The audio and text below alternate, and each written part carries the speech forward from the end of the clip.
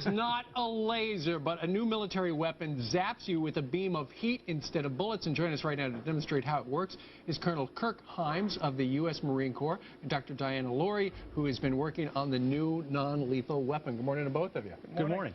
I saw this demonstration. You've got this big thing hooked onto a Humvee last week, and you just about cooked an AP reporter. Well, I don't know if you'd use the term cooked.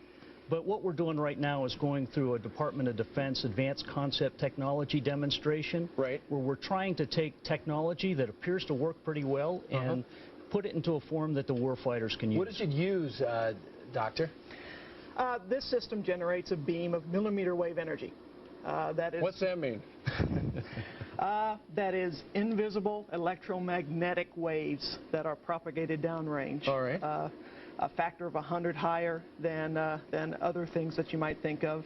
Gives us a very directional beam that only penetrates 1/64th of an inch, just barely penetrates into your skin, causing a rapid reaction. Gotcha. All right. Now, Colonel, we're taking a look at the demonstration you guys staged. Could you tell us what's happening here? Well, in this case, what we're trying to do is simulate a crowd, an angry crowd, a mob. Right.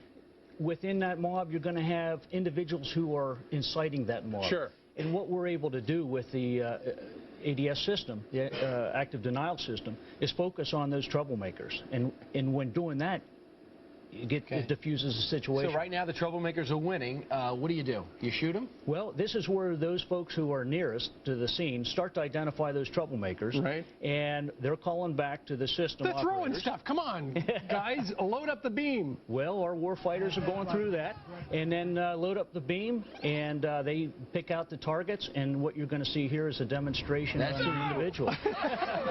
Now, who shot that? Dick Cheney?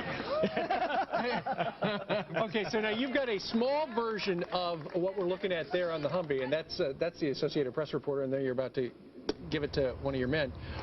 Here on our desk, we've got a little version of it. Yes, sir. And there's a little hole over on the, no, leave it right there because Steve Gender's behind us with the camera. What's coming out of that hole?